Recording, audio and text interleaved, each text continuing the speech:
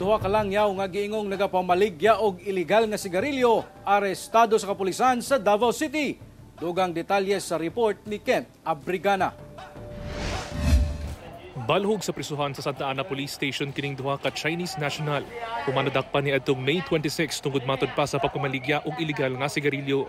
Sumala sa kapulisan, pulos mga negosyante ang duha nga giilang sila alias Zian ug alias Gio ug nagpuyo sa Agdao proper sa Davao City. Na-entrap na mo sila, so nagpalit may isa ka master case nga sigarilyo.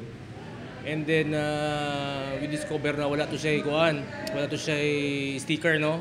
Health warning.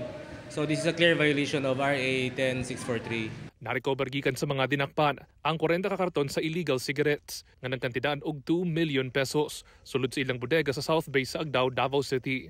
Ginaimbestigahan pa sa kapulisan kung asa nga nasod nagikan ang maong mga sigarilyo. Gikan nagpanabo ilahang mga sigarilyo. So ilang kidala sa ilahang bodega dira sa South Bay, Lapu-Lapu, Agdao. Giimbestigahan usab sa Bureau of Immigration ang duha ka suspek. Gani, palisuray ang pag-imbestiga sa ahensya tungod dili matud pa kini makasabot og Ingles ug Filipino.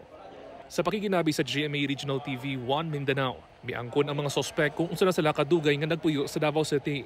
Kung mapamatud-an nga wala sila permit nga magtrabaho sa Pilipinas, buti ba kaha overstay nga sila.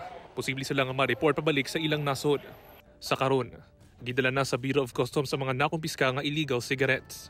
Nagpaymang nausab ang kapulisan kabahin sa paggamit og mga illegal nga sigarilyo. Wala man gud kabalon sa ingredients unsay mga naa dito, no? So wala na check sa ato ang BFAD, sa ato ang government na in charge, no? So kailangan nato sila ma-check before ato ihatag sa mga tao na mo-consume, no? Kauban si Mel Cominares sa kamera.